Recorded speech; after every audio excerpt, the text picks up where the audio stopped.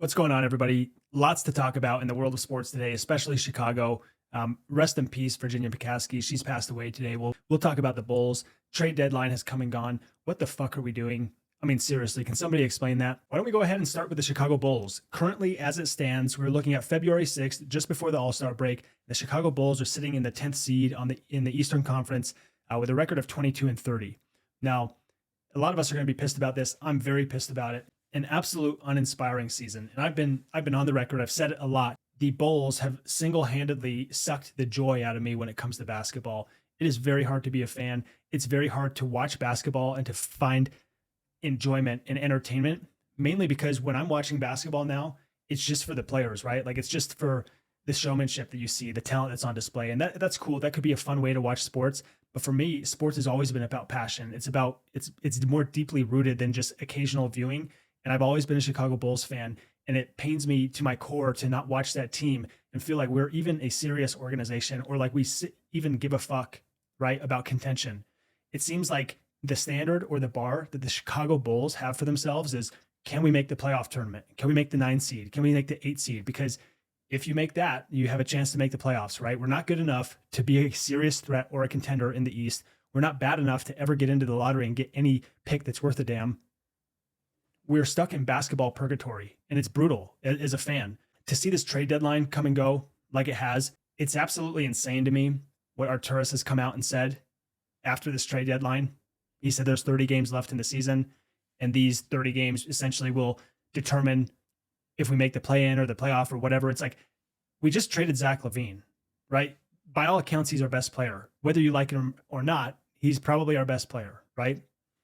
We just traded him. You think that signals to the fan base, you think that signals to the league the direction we're headed, but instead this jackass is coming out and saying that we're making a playoff push. I don't understand it. I don't understand the delusion of what he thinks our team is. Where is the reality?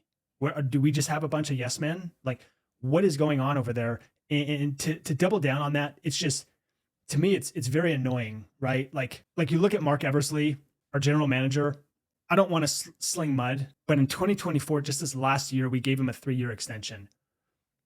Would you please explain to me or anybody else, in case I'm just missing it, what has he done in the last couple of years to deserve a 3-year extension? What has anybody on the Chicago Bulls done the last couple of years to deserve an extension? At this point, it's clean house and get rid of everybody.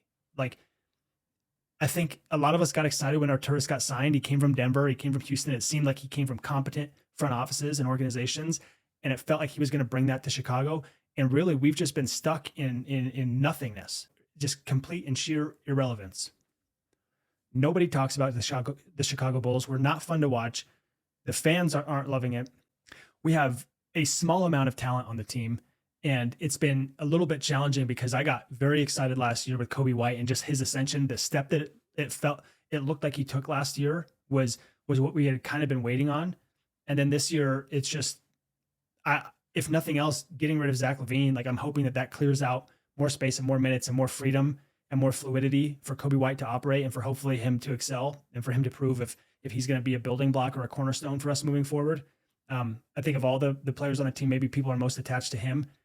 But Patrick Williams, man, what is there to say about Patrick Williams that hasn't already been said? The guy doesn't even average 10 points in his career, and he's one of our top earners. Like, if you look at our top paid players, our top is Lonzo Ball, go figure.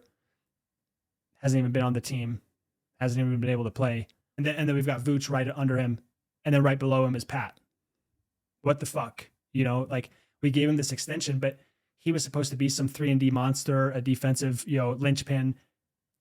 And it doesn't seem like we're getting any of that out of him. I will say the future is bright. I'm very happy with Matas. I'm loving every minute that I get to see him on the court, finally getting minutes and playing time and run time. I'm hoping, like, some people shit on, well, why did we trade Zach Lavine and then, lock up Lonzo Ball for 2 more years? I actually like Lonzo Ball, and I feel sad about his situation, because actually, if we rewind the clock just a little bit, the last time that I was actually excited to watch Chicago Bulls basketball was when we signed Lonzo Ball, and he came in 2021, something like that, played about 30 games. And we actually looked pretty sweet, right? Like, we had DeMar DeRozan, we had Zach Lavine, we had Lonzo Ball, the brand of basketball pushing the pace. It was pretty cool for a second. And then Lonzo got hurt, And all of that, essentially, when Lonzo got hurt, all of it went down with him. It went down the shitter, and it really left us hopeless. And it doesn't feel like we've been able to get back to enjoying basketball, at least as a fan base, since that happened. I don't expect anything from Lonzo this year. It's a miracle that he's even playing basketball. I do think that once he's back to full health and he feels like himself again, and we can rely on him, that his body won't break down, I do feel like he's the type of player that his skill set and what he's good at makes other people around him better. So I'm actually encouraged by that. And now we've got Matas as a lob threat. I mean, Matas, this guy's sweet, and I'm hoping we've struck gold with him. We'll see, but whether or not he turns out to be, some A-list NBA player or some B-list, whatever he ends up being, having Lonzo around him, I think is going to make his life a lot easier and get him some easy buckets. But the one that I am riddled on, if we're going to trade Zach Lavine, why did we not trade Vooch? I was befuddled a couple of years ago when we signed and when we actually traded for Vooch. It was just the inability to recognize where we are as an organization, to be real with yourself, to look yourself in the mirror. We should have traded Zach Lavine at his peak. I never felt like he was a winning player. I'm sorry. This isn't a shit on Zach Lavine show. He is good. He's very good, right? He's a particular set of skills, just like Liam Neeson. And those skills, to me, don't translate to winning basketball, or at least the brand of basketball that we need to play. He is not a guy that raises the level of other players on the team.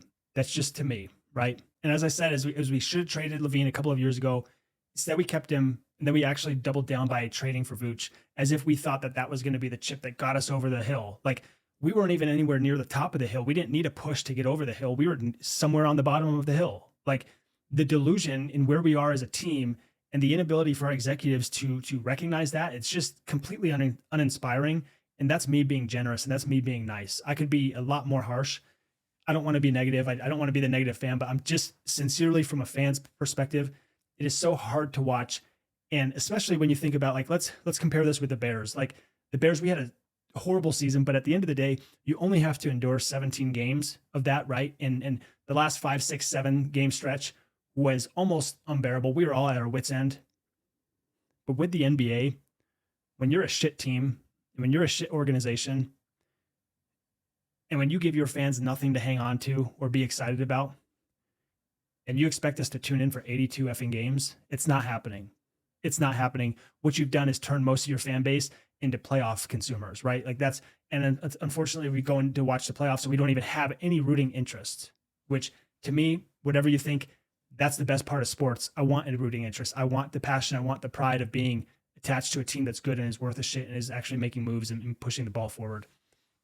So I would love to see us clean house. A lot of us got excited when Artūras was signed, and he said all the right things. He grew up watching the Chicago Bulls, being an international guy. Like, basketball to him was the Chicago Bulls, and it was a dream for him to end up with the Chicago Bulls. And that gave us all the hope that we felt like this guy was deeply rooted as a fan. Like, in his core, he was rooted to making the Bulls good, and it was a passion project for him. And it's turned out to be the complete opposite. This guy is just so stubborn and can't just fall on the sword, can't just scrap what we have. Instead, we're just waddling in mediocrity. And like, record-wise, we're mediocre, but the East is so shitty. Like, we're not as good as our record says, and our record is bad. That's what's sad. So we'll see how this plays out. I'm not excited to watch the Bulls at all moving forward until something changes. Like, you just look at our roster. Like, a lot of these guys just sincerely don't make sense to me. The amount of guards that we've got on this team just really doesn't make sense to me, especially after the trade deadline. I thought that some of these pieces that we acquired, we were going to wheel and deal and get rid of and bring back something else. We didn't. We hung on to them, and now we've got a ton of guards on the team. And I don't know where the minutes go, but I would love to see a guy like Kevin Huerter. I don't know if he's here for the long term, or if he's a guy that we're eventually going to move. But it's just, look, it's very hard to watch Chicago Bulls basketball. And this trade deadline, we finally got rid of Lavine, but what the fuck did we get for him? Pretty much nothing, mainly because we held on to him way too long. We could have sold him when he was an all-star, when his stock was highest. And I know that we never quite got the deal that we wanted, but we could have got something better than this. It's the worst kept secret in the world that the Bulls would love to move on from him in that contract. You know what's even worse? You know what is salt in the wound? It's worse than salt in the wound. It's vinegar in the eyeballs. We drafted Lauri Markkanen. And look at who he is. That's the type of guy you wish you get when you draft. Look at what he's turned into. It's taken him a number of years to get to this point. But damn, would it be nice to have him in a Bulls uniform right now. We had him on our team. We couldn't develop him. We could not put him in positions to play to his strengths and to do what makes him great. I would have loved to have seen him still in a Bulls uniform. Granted, when we traded him, his stock wasn't high. He was not playing good. But to see that he had that ceiling and that amount of potential in him, and we couldn't get that out of him, what type of confidence does that give you in the Chicago Bulls organization and their leadership and our staff? We had a guy with that type of ability, and we couldn't milk it out of him. Instead, he's an all-star somewhere else. Go figure.